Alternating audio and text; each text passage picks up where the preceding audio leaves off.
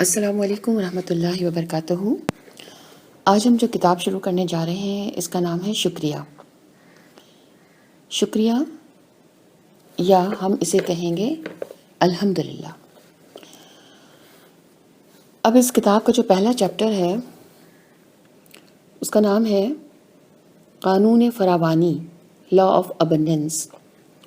بسم اللہ الرحمن الرحیم۔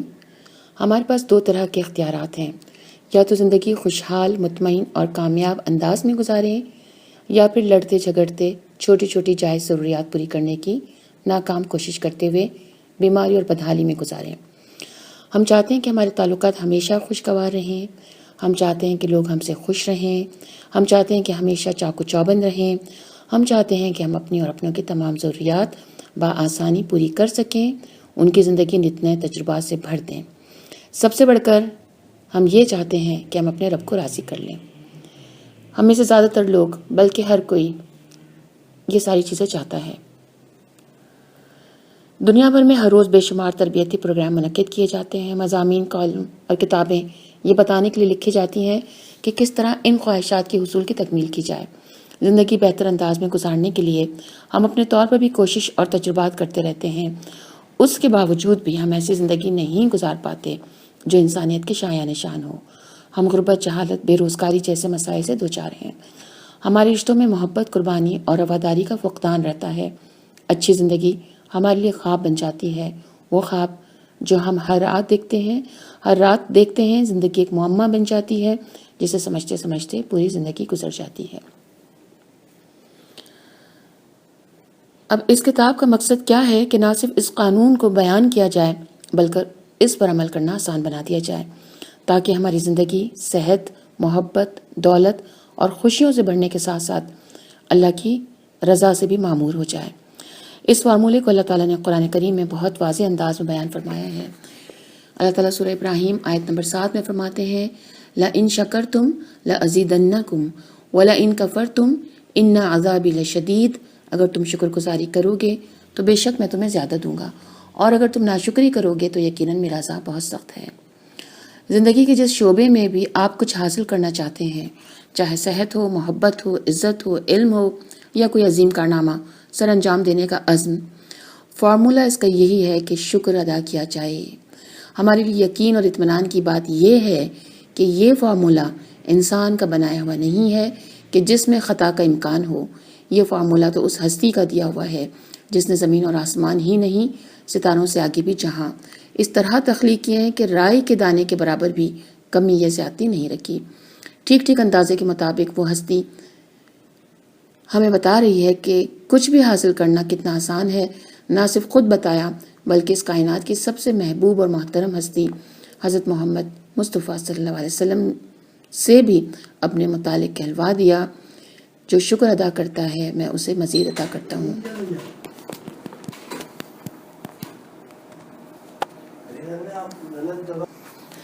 یاد رہے، زندگی ہماری خواہشات کے مطابق نہیں بلکہ ان قوانین کے مطابق چلتی ہے جنہیں قوانین قدرت، لاز آف نیچر کہتے ہیں۔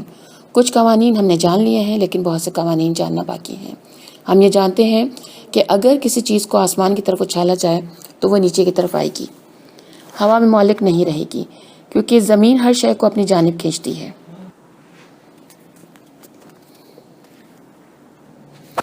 قوانین کا جاننا ایسا ہی ہے جیسے آپ موٹر وے پر سفر کر رہے ہوں اور اسپیڈ لمٹ سے تجاوز کر جائیں تو موٹر وے پولیس آپ کو روکے گی اور آپ کا چالان کر دے گی۔ چالان کے بعد آپ وجہ جانے بغیر دوبارہ سفر شروع کر دیں اور دوبارہ یہی غلطی دہرائیں گے تو پھر ایک مرتبہ پھر اسے نقصان کا سامنا کرنا پڑے گا۔ جب تک آپ قانون کو جانیں گے نہیں، نقصان اٹھاتے رہیں گے۔ بالکل اسی طرح قوانین موجود ہیں، اگر انہیں سمجھ لیا تو فائدہ اٹھائیں گے، اگر نہیں سمجھا تو ان بے پناہ آسانیوں سے محروم رہ جائیں گے جو ہماری زندگی کا حصہ بن سکتی ہیں۔ انہی قوانین میں ایک اہم ترین قانون فراوانی یا لا آف ابنڈنس ہے۔ یہ وہ قانون ہے جس کی تصدیق تمام آسمانی کتابیں، عظیم مفکر اور نامور سائنسدان اور تمام صاحب کمال لوگ کرتے آئے ہیں۔ اس قانون کو قانون شکر گزاری بھی کہتے ہیں۔ اب چاہے ہم اسے مانیں یا نہ مانیں، اس کا علم رکھیں یا نہ رکھیں، دیگر قوانین کی طرح یہ قانون بھی جاری و ساری رہتا ہے۔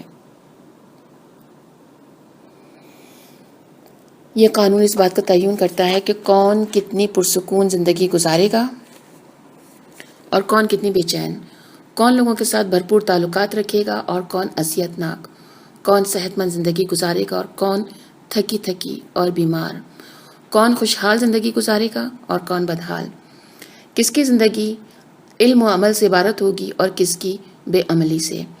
صرف زبان سے شکریہ یا الحمدللہ کہنا ہی شکر گزاری نہیں، کسی شے کے ملنے پر خوشی کا اظہار کرنا بھی شکر گزاری ہے۔ حضرت موسیٰ علیہ السلام شکر کی اہمیت سے بخوبی واقف تھے، اس لیے وہ جاننا چاہتے تھے کہ شکر ادا کرنے کا بہترین طریقہ کیا ہے۔ امام غزالی رحمۃ اللہ علیہ کیمیائے سعادت میں لکھتے ہیں کہ حضرت موسیٰ علیہ السلام نے مناجات میں اللہ تعالیٰ سے عرض کی کہ تو نے آدم علیہ السلام کو اپنے دست قدرت سے پیدا کر کے یہ نعمتیں عطا فرمائیں، انہوں نے کس طرح تیرا شکر ادا کیا؟ ارشاد ہوا کہ آدم نے یہ جانا کہ وہ نعمتیں سب میری طرف سے ہیں، اس کا یہ جاننا ہی شکر تھا۔ آئنسٹائن، جسے گزشتہ صدی کا سب سے بڑا سائنسدان سمجھا جاتا ہے، اس کا کہنا ہے کہ وہ دن میں 100 مرتبہ لوگوں کا شکریہ ادا کرتا ہے۔ کسی اور مفکر کا کہنا ہے کہ شکر گزاری نہ صرف تمام نیکیوں میں سب سے عظیم نیکی ہے بلکہ یہی نیکیوں کو جنم دیتی ہے۔ اس کتاب کو پڑھنے کا بنیادی مقصد یہی ہے کہ ہم یہ جاننے کی کوشش کریں کہ اللہ تعالیٰ کا شکر کس طرح ادا کیا جائے۔ ویسے تو اس کی شکر گزاری کا حق ادا ہو ہی نہیں سکتا، لیکن کم از کم کسی حد تک تو ہم اپنا یہ فریضہ ادا کرتے ہیں اور ساتھ ساتھ یہ بھی جان لیں کہ کس طرح ہم کفران نعمت کر رہے ہیں۔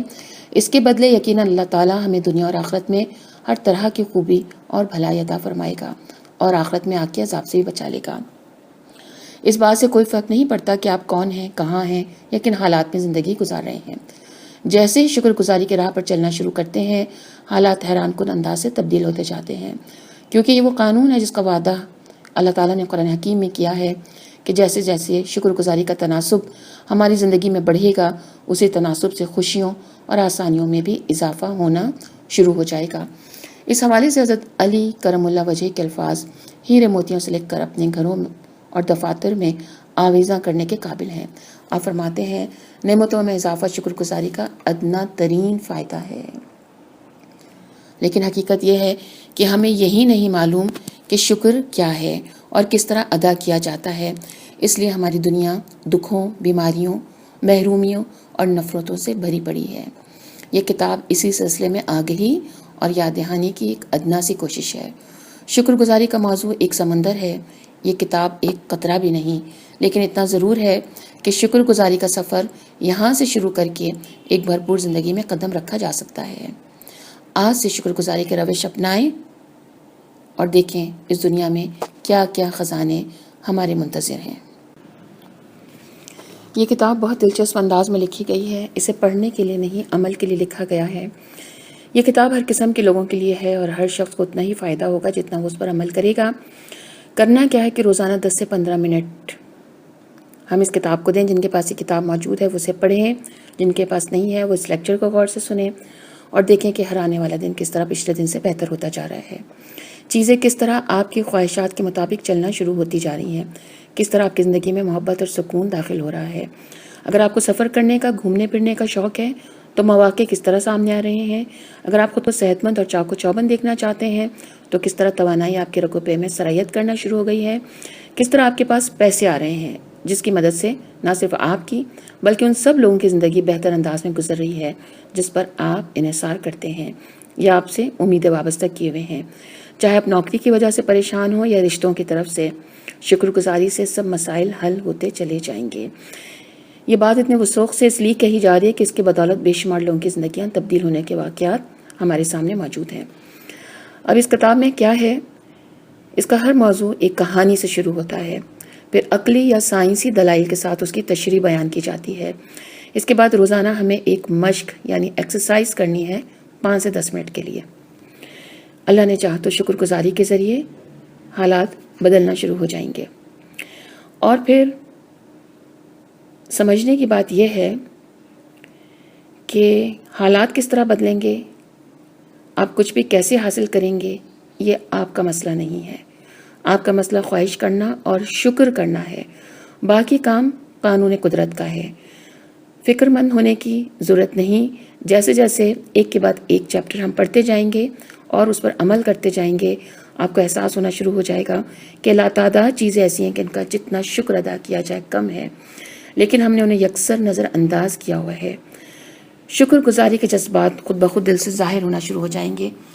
نتیجے میں آپ خود جان لیں گے کہ بے شمار فوائد ہیں جو ہمیں فوری طور پر حاصل ہونے شروع ہو جائیں گے. مثلاً ہر صبح کا آغاز پرجوش انداز میں ہوگا، زندگی اور زندگی دینے والے سے محبت ہو جائے گی، وہ خوشی اور اطمینان حاصل ہوگا جو زندگی میں پہلے نہیں تھا.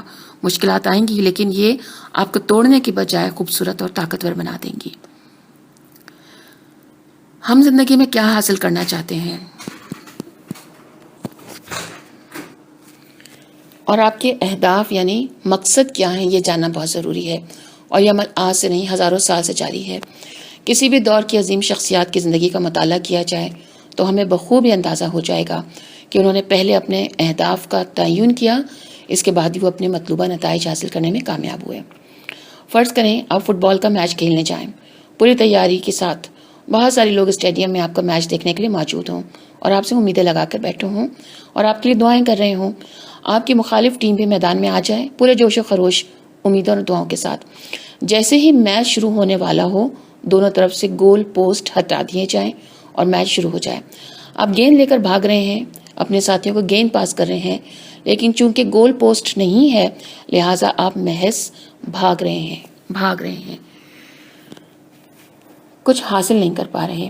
اب آپ تھکنا شروع ہو گئے ہیں. آپ کی مجبوری یہ ہے کہ جب تک وقت پورا نہیں ہو جاتا میدان سے باہر بھی نہیں آ سکتے. یہی حال مخالف ٹیم کا بھی ہے اور ان شائقین کا بھی جو آپ کی صلاحیتوں پر اعتماد کر کے آپ کا کھیل دیکھنے اور سراہنے کے لیے آئے تھے.